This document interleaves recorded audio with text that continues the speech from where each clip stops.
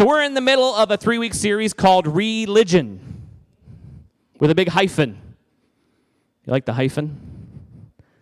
Re-ligion has a word. You don't? Okay, I won't use the hyphen anymore. Re-ligion is the combination of a couple Latin words. The prefix re is used a lot. We know, like return, reorder, renew, right? We're very familiar with what re means. And the second part is another Latin word that's spelled Ligare. I don't know how to pronounce it. I just know what it means. And it basically means to line up with, to align with. And so when you talk about the word religion, really what you're saying is a realignment. A realignment. We talked about last week what realignment kind of looks like and how there's an alignment that's happening right now, I think. And maybe for some of us, like I said this a couple times last week, so if you're here, sorry if it feels like repetitive. You know, for some of us, this realignment's been going on for a long time, 50 plus years. For some of us, maybe it feels very current and new. For some of us, maybe we feel like it's not happening yet. But there is a realignment. Religion as itself is being realigned, whether we like it or not. Whether we want it to be or not, it is being realigned. And I talked about last week about how, you know, this next generation, this millennial generation that's kind of coming to this age of raising their families and they're in their 20s and mid-30s. The statistics, which statistics are statistics, but it gives us at least some sort of thermometer, show us that about 1 million millennials in that generation leave the church every year. And when I say the church, I mean the Christian church here in North America. About 1 million a year are leaving. And they're not just leaving saying, well, maybe this will be important to me someday. They're leaving and saying goodbye for good. Okay. Now, I don't necessarily think that we should react in a way that we suddenly try to fix all of that, because some of that is so big and so complicated that I'm not sure we could fix it even if we tried.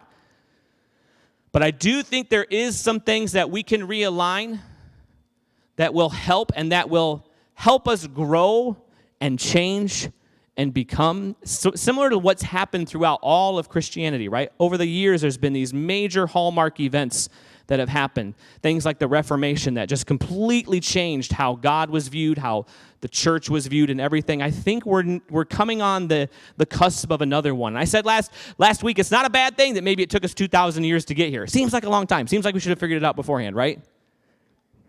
Maybe it took us 2,000 years. Maybe we should feel bad about it, or maybe we could be excited and say, okay, maybe it's a great thing. Maybe it's a good thing. Even if you don't like using the word religion, which is very, very culturally relevant today to not talk about religion, right? I don't use that word. I don't believe in that word. But if you look at it from what the real definition of religion is, being a realignment, even if you're not saying you're in a religion, when you align behind a certain set of beliefs, you are, okay?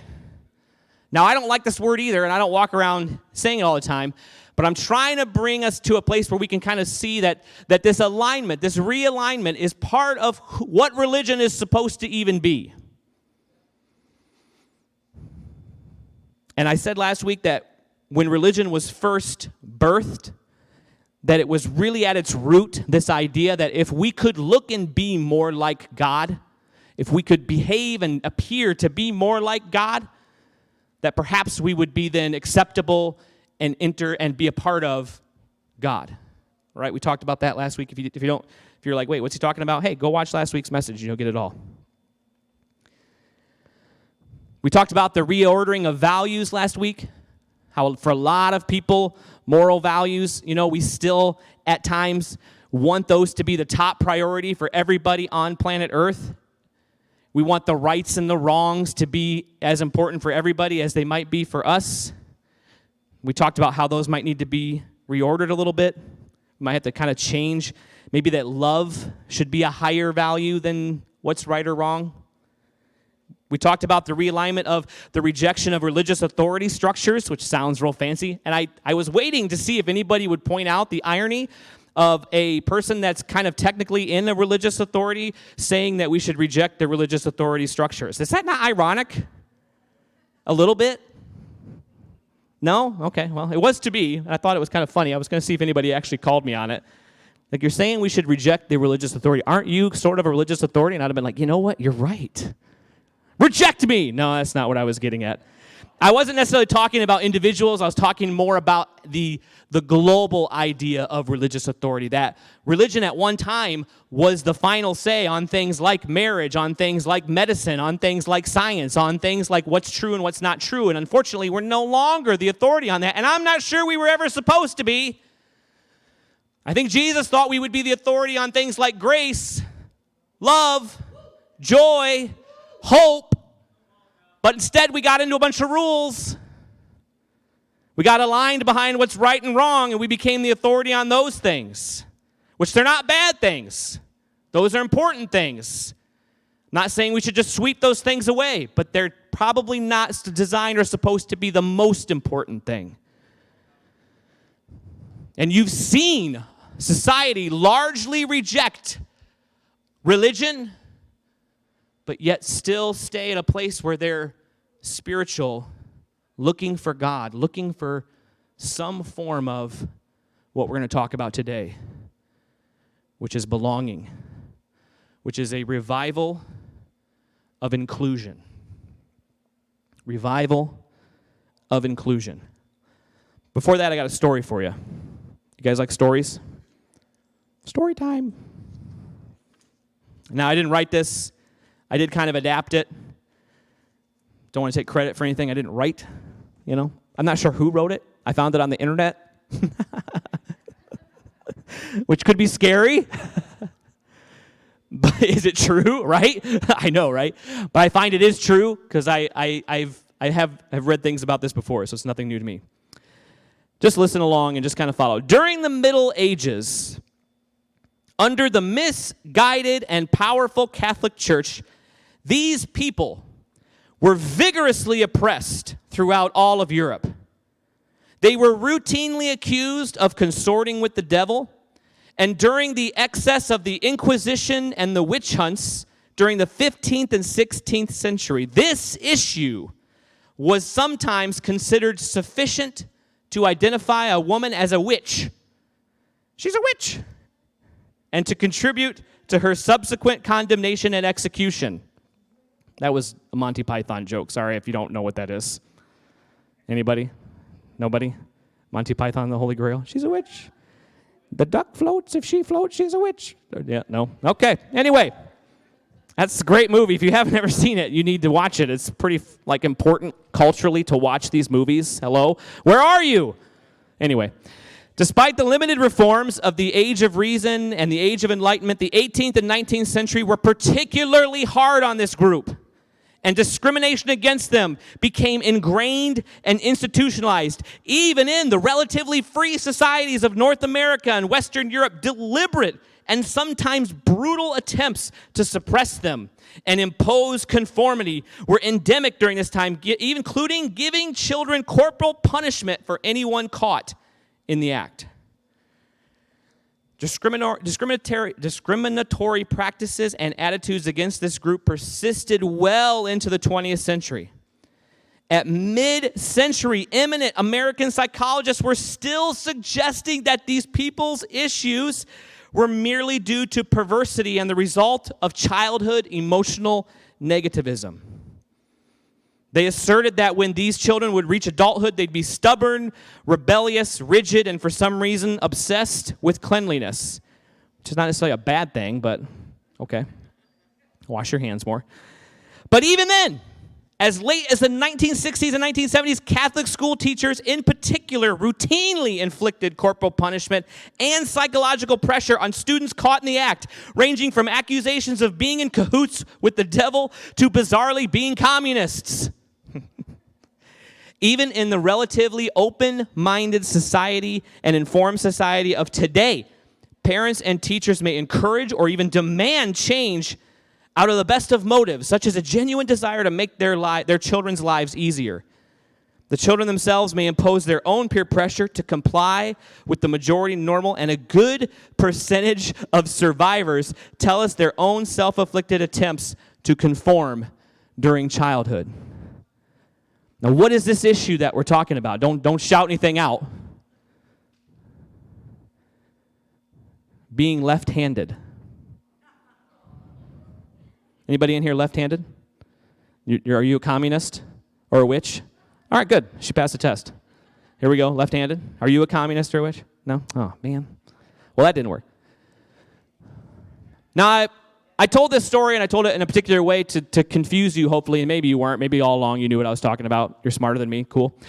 But the idea is, can you see how oftentimes what we think and what we believe and what we're taught can truly change how we will treat someone, how we will help someone, how we will include or exclude somebody simply because of what maybe society might say or what the norms might be? Is a person being left-handed a big deal today? Not at all. Not at all. Hopefully we figured out that being left-handed does not make you a communist. This makes no sense, right? Now, if it makes you obsessed with cleanliness, some of y'all need to be left-handed and get some more cleanliness going on, so that's probably a good thing. Get your ambidextry going on, and let's get some left-handedness going on. Just kidding. You guys are all awesome.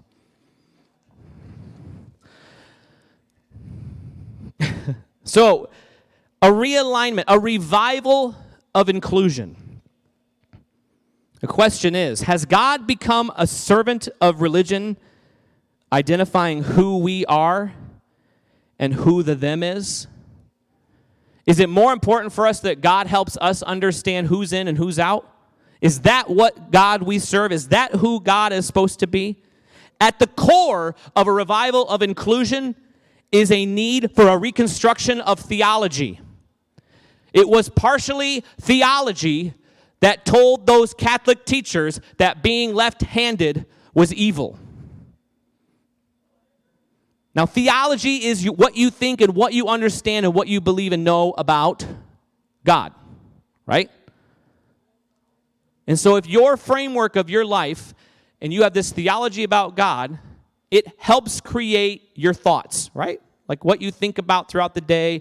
Hopefully God is having some impact on all of us, what we believe about who God says we are. We just sang some great songs that have some amazing theological meanings, right? Like theology is a very common part of everyday part of our lives.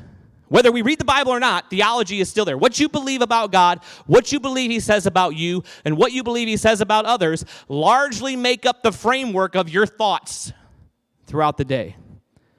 Why is that important? Well, thoughts birth attitudes. Attitudes birth actions. Actions birth behaviors. Behaviors make results. And then results produce more thoughts. And if that cycle, see how that was like a circle? If that cycle is within a framework of theology that says left-handed people are evil, can you see that your behaviors, your attitudes, your habits, how you connect, relate to people, how you communicate is all going to be under the framework of that. So theology is essentially important.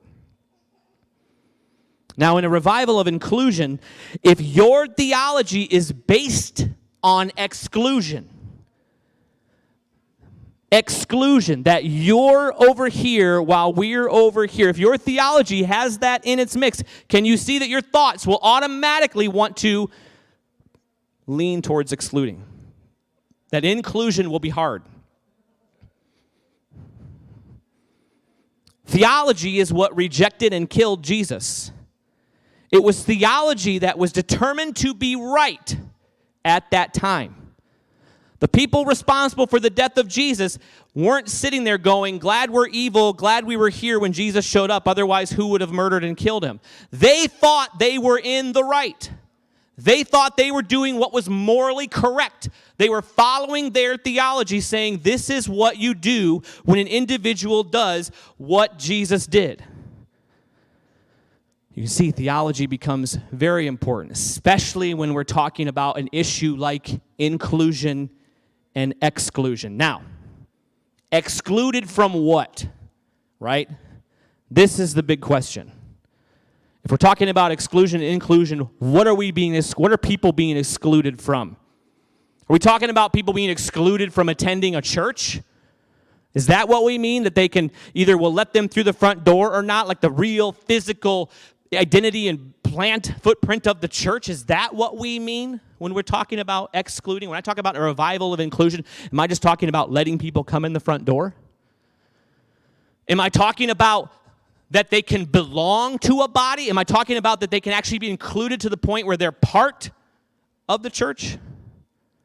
Both the little C church and the big C church, like the little C church, which is cross current, the big C church, which is like the church worldwide.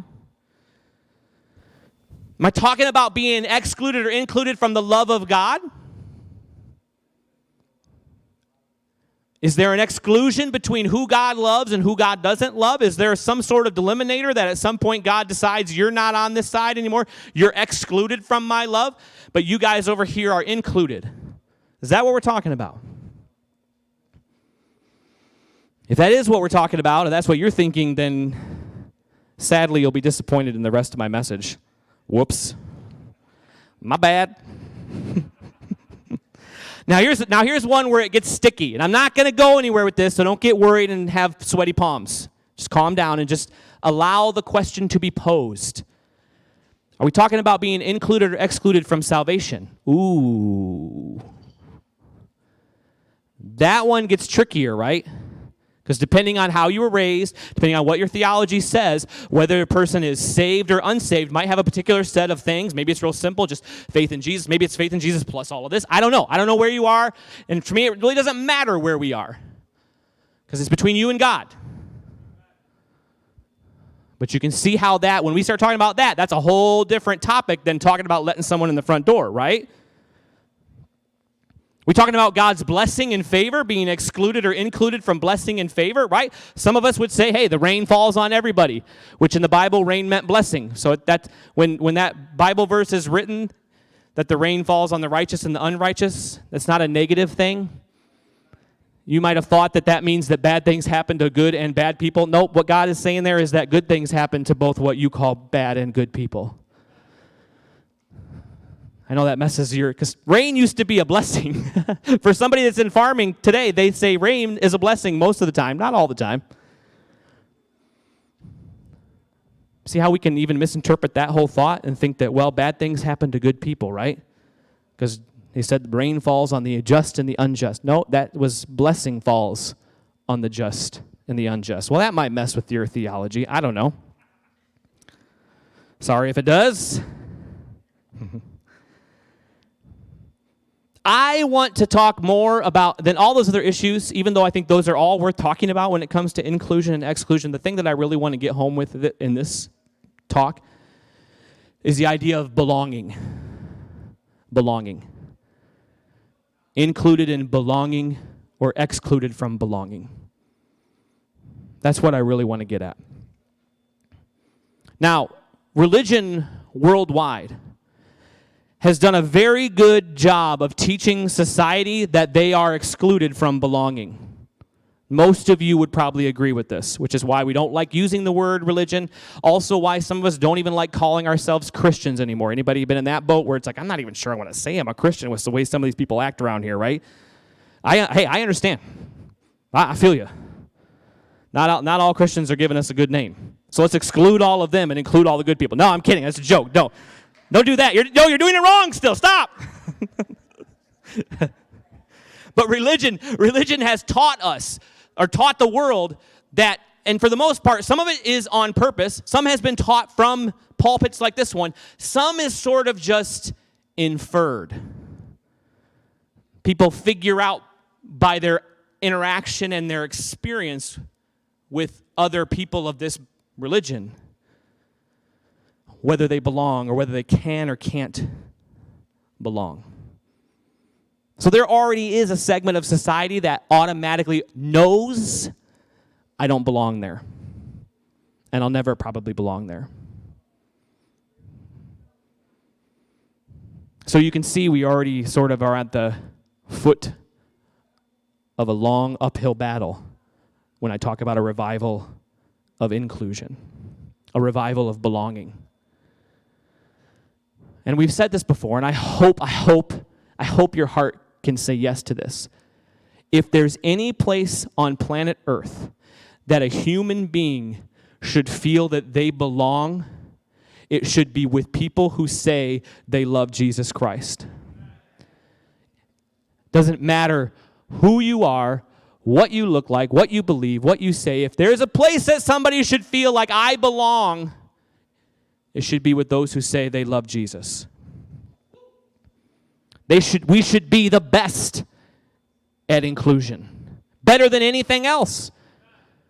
Better than even their family. Because their families might say, you're no longer a member of this family. You haven't done what's required to be a member of this family. Some of you have had that experience, and the church became your family, and you can see how powerful that was, how it changed your life.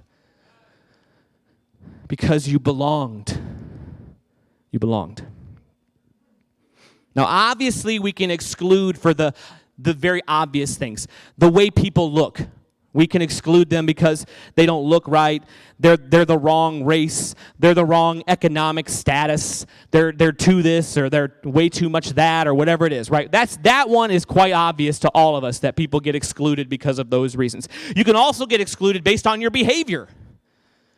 That you've made all these really wrong choices and therefore, not really sure you fit the mold. Sure, you can come to church, but I don't know that you can belong at a church. Or that you belong at a church. Perfect example that's very modern is the celebrities who say that they love Jesus, that they're Christian. The Kanye Wests. I know you guys love when I mention him. The Justin Biebers. And suddenly the church, right? Like we're like, ooh, I don't know if he would write that song if he was really a Christian. It's like we got to turn that little key, right? That little knife, like, oh, I don't know. It's gone a little too far. We can even exclude based on beliefs. There are some, I don't necessarily see a lot of this as modern as in modern churches. But there are some that still, if you believe a certain way about how, salvation works, or you believe a certain way about how, I don't know, whatever it is, that you might get excluded because you just don't believe the way we do, so therefore you're not part of it. Now, pause for a second. It is proper to point out that differentiating people is different than excluding them. Our differences is what makes us unique and what makes us who we are. So if I differentiate and I feel that because of the way I'm built and who I am makes me different, that I'm just not on board with what this is or what that is, that's not necessarily exclusion, right? So don't go crazy and say, well, you're just saying that this is like we should just have everybody do everything. Oh, yeah, we'll get to that. Hold on. We'll solve your problem here in just a second. Differentiating and excluding, we can recognize that what makes people different or makes them look, sound, behave different is different. But the thing about the definition of differentiate, which is a fascinating definition, I suggest you look it up, it implies learning. It implies learning. What makes me different from you should interest me about you, that I want to learn why. Why are you different? Why am I different?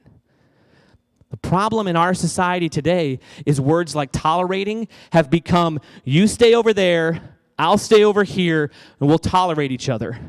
I don't like you. I don't want to talk to you. I don't want you to belong here. But because I'm supposed to tolerate, I'll tolerate. That's not tolerating. It's not. That's excluding. Tolerating has also in its meaning the carrying of some kind of weight. How much can you tolerate? So when I tolerate someone, I should be interested and invested in who they are, not just okay that they stay over there. I know that messes with some of your thoughts, and I'm sorry. But that's real tolerating. Tolerating implies learning, growth, understanding, not dismissing to the corner of society, to the margins, and saying, you don't belong here, but I'll let you live because I'm a nice person. Well, that's nice. Thank you for that. I'll exist over here in the corner while you enjoy life. Thank you. Appreciate you giving me space to live somewhere nearby.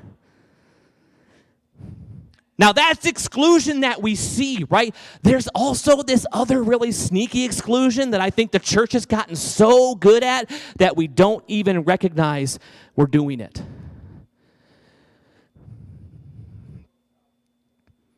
We can exclude by telling people they have to give up who they are and be just like us in order to belong. Let me say that again. We can exclude by telling people they have to give up who they are, what makes them them, and become like us. Then they can belong. Well, you're like, that's not exclusion. That's helping them learn and helping them grow. And true, okay, there's a little truth to that.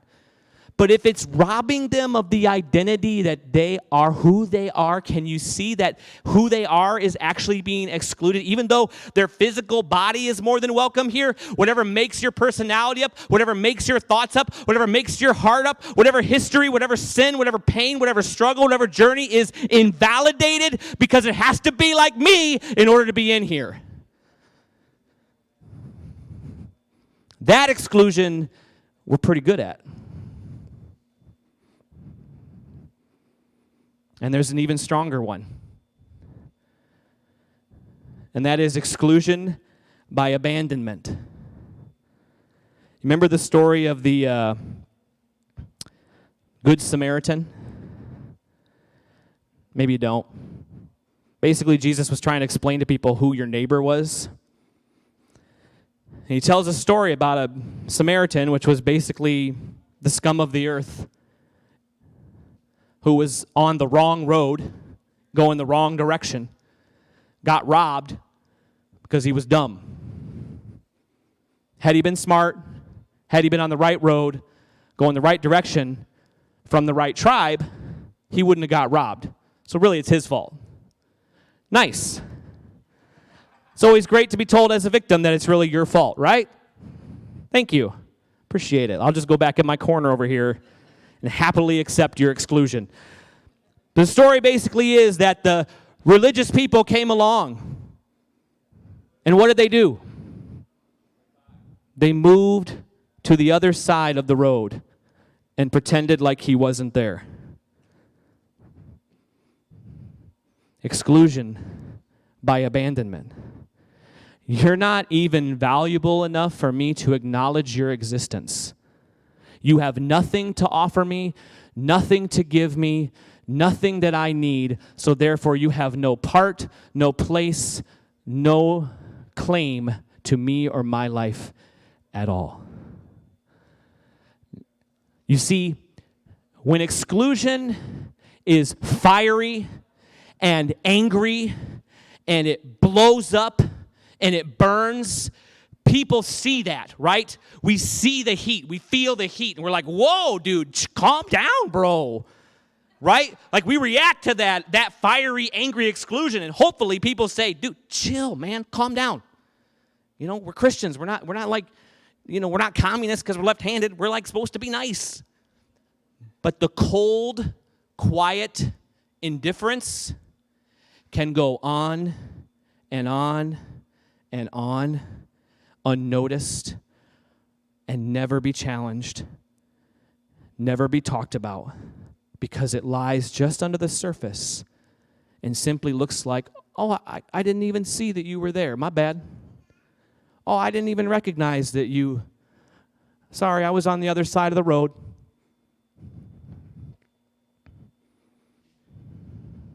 I think indifference is the greatest of all exclusion, especially in contemporary societies. And here's the thing, if we practice exclusion long enough, we become inherently inclusive. We think that we're inclusive simply because everyone that shows up at our door is just like us. Because people that know better won't come to your home. Because they already know they're not going to belong. So you might think, oh, I'm so inclusive. Everybody's this. And you might be. I'm not judging anybody here. Just the proverbial you. You might think that you're good, right? Like I'm included and everybody's welcome. But if only the only people that look, behave, and act and sound like you are the ones showing up at your front door, chances are you're not. You've just excluded for so long that now it's just become the way things are. You can see in the church how that is a much larger problem than our angry, fiery exclusion because it's underneath the surface. We'll tolerate anybody, but when we start asking questions about do they belong, do they get blessed, are they saved, then, we'll just back up across the other side of the road on that one. Just pass on by. So glad you're here at the building today.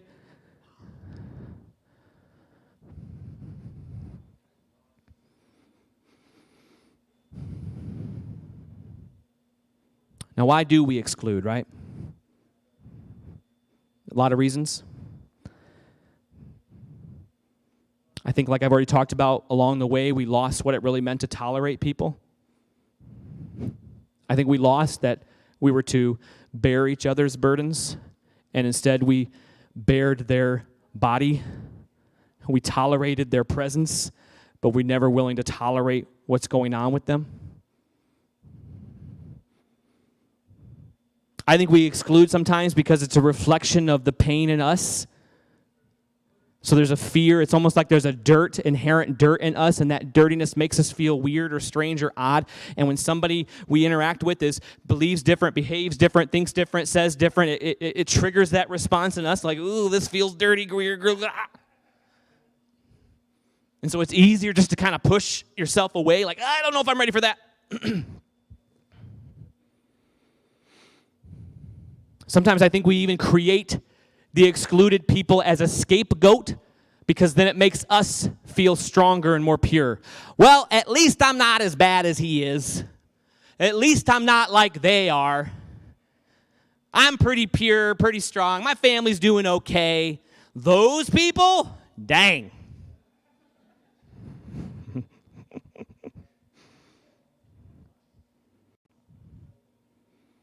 Religion tends to normalize exclusion in such a way that we even justify it. It even becomes mandatory within religion because if we invite someone that's supposed to be excluded, then I might get excluded. If I open my door to somebody that you don't like, then you might exclude me. So it becomes a normal everyday part. It's almost a moral obligation to exclude. Because in order for me to fit in, you can't.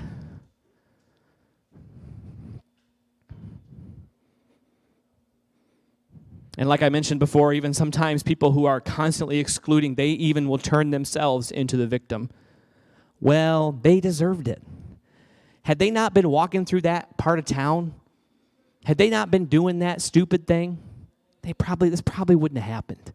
It's really their fault that they don't belong here. It's really their decision that made them not belong here. It's really who they are that makes them not belong here. Imagine if God treated humanity that way. And here we are, the personified perception of Jesus on earth.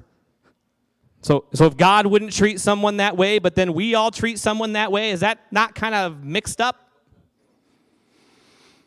And the funny thing is, at the end of the day, excluding results and ends in our own exclusion. The more exclusive you get, the more alone you truly are. Because at the end of the day, no one can truly be close or connected to you. And in reality, you no longer belong to anything. All right. Have I stomped on enough toes already? Jesus presents radical inclusion. Jesus ate dinner with sinners. Now, we see that word sinners in our 2020 North American Christian mind sees it as people who were in sin. Unfortunately, that word properly translated does not mean that. What it really means is anyone other than Jewish people. In more modern translations, when Jesus ate dinner with sinners, it says Jesus was having dinner with scum.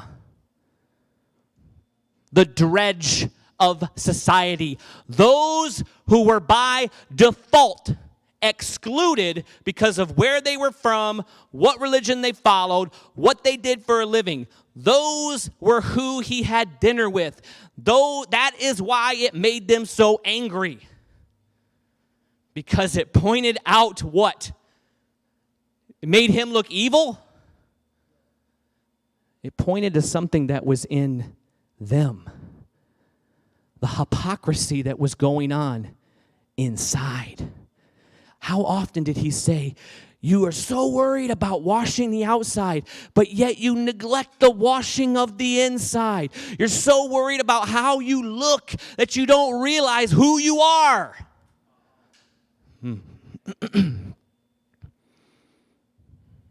Jesus tells the story of the Good Samaritan with who's my neighbor, and the worst person in the story ends up helping.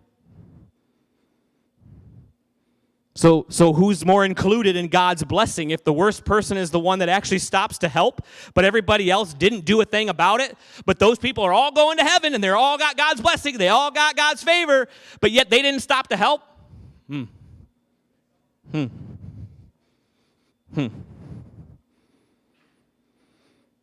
He tells a story about the prodigal son, about a loving father that had every right to exclude a son who was no longer a son, who was willing to come back, not even as a son, but as just a hired hand.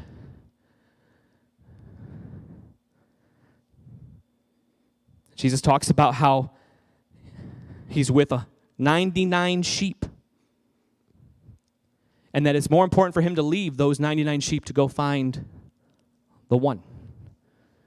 Now, how'd the rest of those sheep feel, though, right? Like, hold on, Jesus. Where you going? They deserve to be out there on their own. They deserve to get what they deserve. They deserve for their life to be in hell.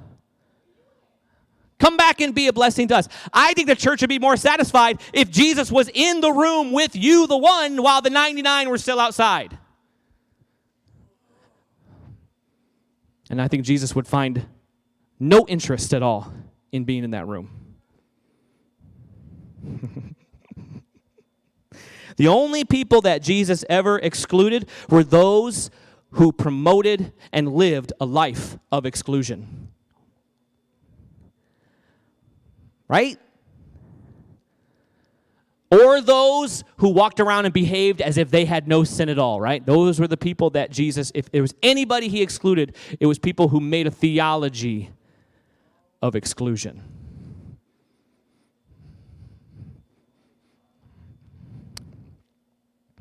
Now, wait a minute. You say, wait a minute. Back up. If you're talking about this radical inclusion, then you're saying that means we should have no standards, we should have no boundaries, we should just let people walk all over us, we should just let them come in our home, we should let them eat from our fridge, we should just let them just walk all over us, right? And because they're people and because we're why does your mind go to that question? Why does radical inclusion like Christ make you start to question boundaries? They have nothing to do with each other.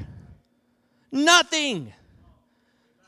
Listen, in the story of the prodigal son, when he restored the son to sonship, did the son get another inheritance? Nope. But was he included? Yes. Sorry I'm yelling. I don't know. I'm just very passionate about this. My bad. I'm not yelling at you guys. It's intense. I don't know.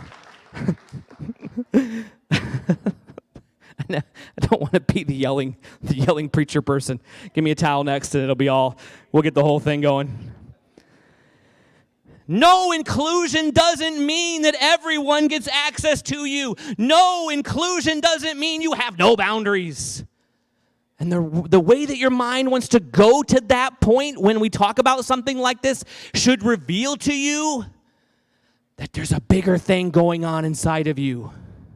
It should show you that, wait a minute, why do I get so wrapped up in rights and wrong and boundaries when people talk about including people, right? That should tell you there's something going on in there. Maybe there's a stronghold of security that you've lived in and behind for so long that it's become so normal and comfortable and easy and peaceful that to have that thing crumble around you scares you more than anything else on earth. Maybe. I think we've suffered under an alignment of exclusion for so long that some of us have even forgotten what it means to have challenging and complicated friendships, because all we have are people that are just like us. So we don't even know what it means to have a challenging friendship. Jesus completely understood what it was like to have a challenging friendship, because anytime he befriended somebody not like him, it made everybody mad. When he let the woman wipe her hair on his feet, it made the disciples all mad.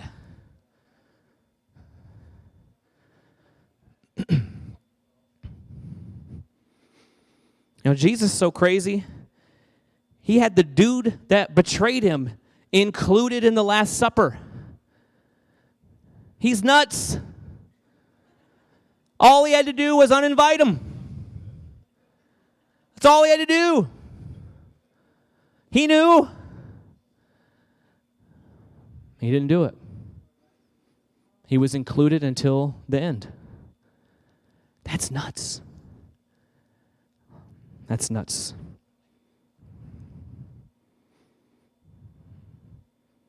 So if we don't have an alignment of exclusion and we want this alignment, this revival of inclusion, what does that look like? I love this word, embrace. Embrace. A hug. A fancy word for hug. And it's interesting when you think about the mechanics of a hug and an embrace. The first action is an opening of your arms, which implies I've created space for you. You're important enough, and I'm not advocating that we all hug everybody, so just calm down.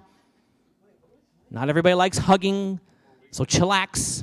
You know, when you properly hug someone, you open your arms and you wait for them to reciprocate with the hug. You don't just grab them by the neck and pull them in. That's kind of like invasive. So for those of you that do that to me, stop it. Just kidding. I'm just kidding. Okay.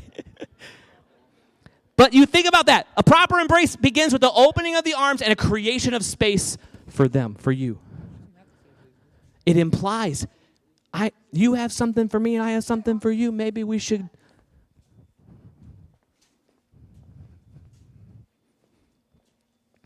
You see, belonging. Do you remember a time? I want you just for a second, those of you at home, those of you here, for a second, think of a time where you felt like you really belonged. Think about what it meant to you. Who was it you were with? Where were you? What were you doing? What made you feel like you belonged, and how it impacted you? How it changed you? You see, when you belong somewhere, a house can become a home.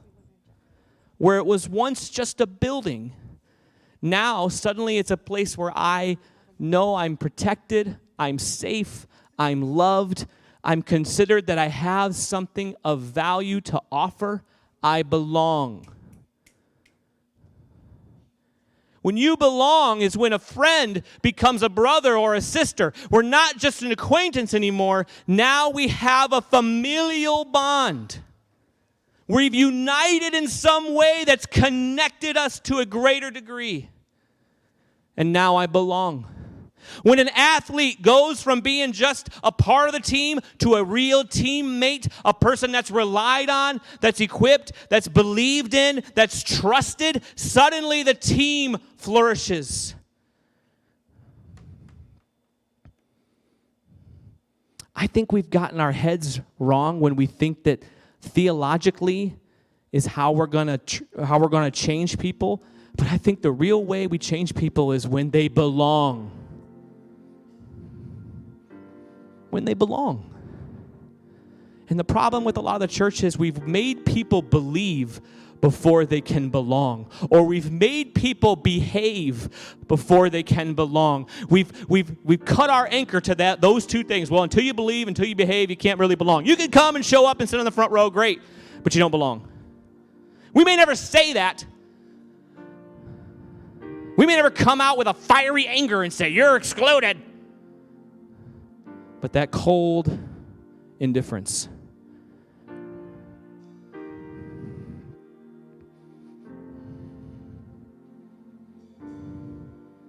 You know what's interesting? There is nothing more God-like than helping someone belong. You know how God shows he loves something? He unites with it. How did God show us he loved us? He united with mankind.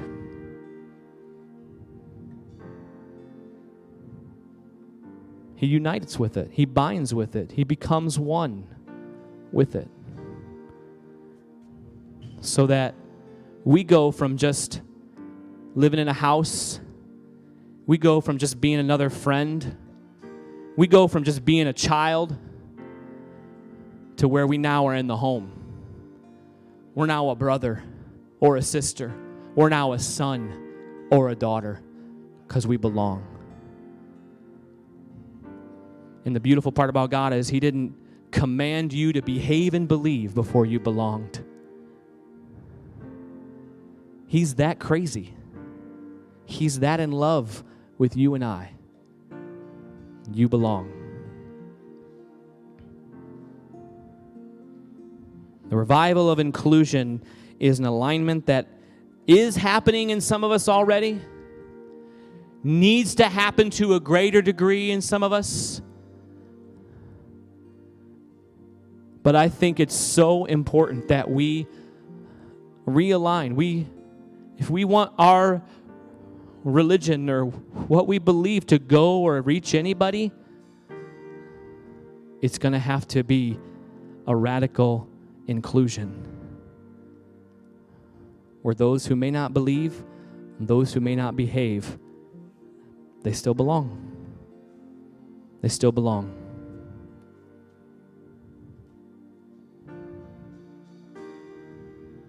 And that's where you're at. Let's just bow our heads for a moment as we close. And Lord, I just sit in this word right now, God. Because I know in me there's been eras of my life of cold indifference where it's just been so much easier to have simple and uncomplicated relationships that don't have any risk or don't have any issues or don't have any fear or don't have anything. And God, I'm asking that you would even challenge me. You would challenge us as a body of believers, as whatever we want to call ourselves, as Christians or just even as human beings, that we would really challenge ourselves to look and say, what am I doing in this area of inclusion? How am I a person that includes? How am I a person that creates space for belonging, that isn't just standing with arms folded, staring out into the world going, wow, what a bunch of whatevers, and instead have chosen to open up my arms and say, okay, I'm willing to create space for someone that doesn't look like me, that doesn't act like me, that may not believe like me, that may not even, maybe I don't even like them, but am I willing to open my arms and create a space for them that they could be included, that they could be embraced? Father, I think I think the main way humanity is going to truly feel the love of God is when they belong. Help us, Lord. Change what needs to be changed. Break what needs to be broken. Shake what needs to be shaken. Tear down whatever stronghold may be in us. And help us to see and believe there will be victory here. Help us to receive that a revival of inclusion is an alignment that is more Christ-like than the attitude of an excluded us for no more. In Jesus' name, amen. Amen. Listen, love you guys. Thank you for tuning in. Thank you guys for showing up. If you still want to attend a service, you can go to crosscurrent.tv/RSVP and sign up for next week or weeks beyond that. We'll be back here still next week talking about the final episode of Religion. Don't miss out. It's going to be great. Thank you guys for staying plugged in and a part of this. We love you. Thank you. We'll see you next Sunday.